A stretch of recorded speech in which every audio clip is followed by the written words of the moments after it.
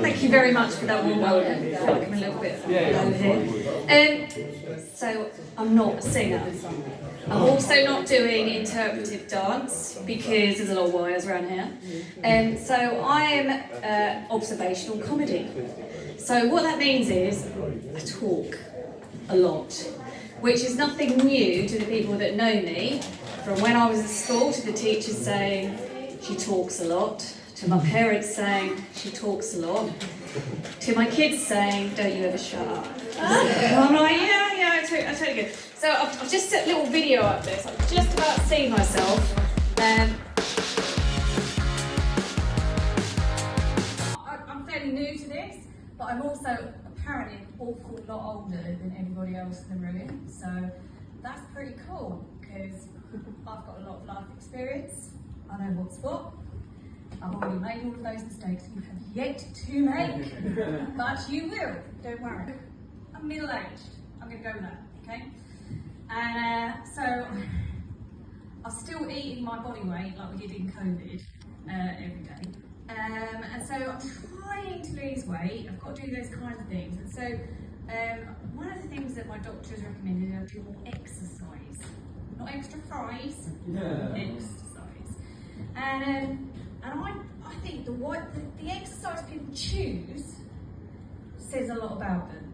Okay, so being very middle class from the sticks, I've joined the David Lloyd. Right, I'm well posh. Well posh. Unfortunately, I do actually have a job, unlike quite a lot of the people who seem to go there. But you know, it's all good. But when I went into the David Lloyd, there's posters everywhere advertising all these extra stuff. You pay the equivalent of a mortgage in London to go there once a month, right? So then they want to sell you some more stuff. There's a poster of a guy going, I want to make my son proud on sports day. What? It's an advert for a personal trainer. I want to make my son proud on sports day. What the fuck? Not being funny, but sports day at a kid's school should not require you to go and get yourself a personal trainer, right? And a lot of the time, parents aren't supposed to join in anymore anyway, because, you know, kids and adults and weird people, all that kind of stuff.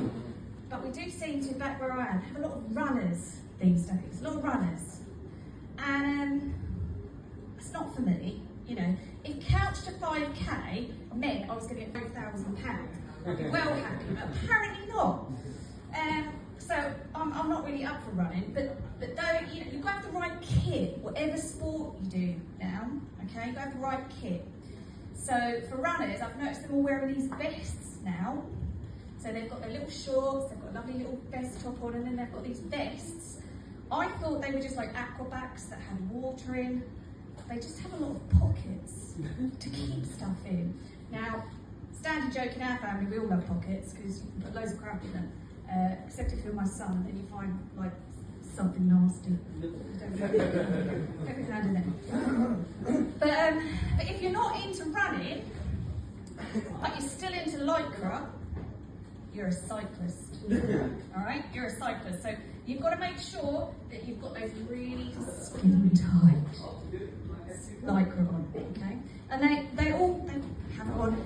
And you have to have, you know, the right shorts, you've got to have glasses, you've got to have the helmet, you've got to look like you're in the Fricador de France every Sunday morning as you go down the road.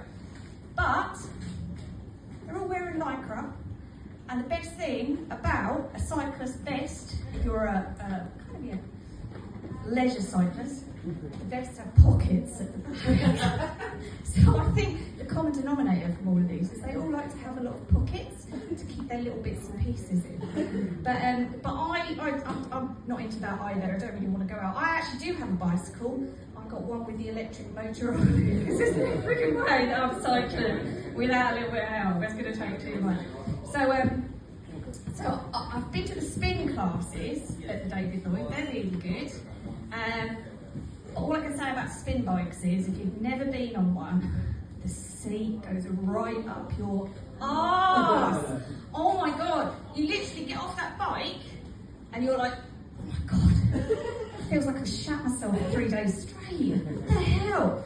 So, yeah, and then you do actually feel for 3 days straight that you have shat yourself because it really freaking hurts. So, I quite like going to classes. I like a bit of the body pump with the weights. I'm trying not to go in the actual weights bit of the gym because it's quite intimidating. Loads of us find it quite intimidating. You go in and I'm there and I want to just do my work, and there's usually somebody doing their own bodybuilder routine in front of the mirrors. Yeah, they're trying to pump that last bit of fucking muscle that they've got. And oops, sorry. You've heard worse at home. It's fine. Your parents tell you that all the time. It's fine. It's fine. Oops. But yeah, so I don't normally, go much to the gym, but I have found that when I'm lifting weights, I do grunt quite a lot.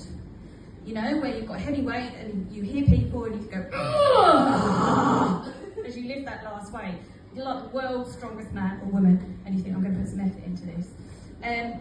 I've actually found that it's really good because it helps you lift the weight, and also when you're lifting the weight, you usually fart.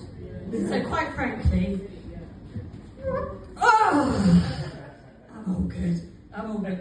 And fasting brings me to my last subject of exercise that I still don't go to, yoga. Right? Go to a yoga class, go to a yoga studio, they'll be burning incense sticks. That's not to calm you down, it's to cover the fart smell. It's like the old style nightclubs. None of you all know this. Before you could smoke in a nightclub, the year they stopped smoking, all you could smell was farts. If you're going to yoga, you're hitting your warrior pose, and they go bend forward, and the whole class goes, because that's what they do. So I would say, work out what sport works for you. But I'm going to go off and find some more sports to do. I'm going to embarrass my kids even more because that's what they love me for. So thank you very much for your time.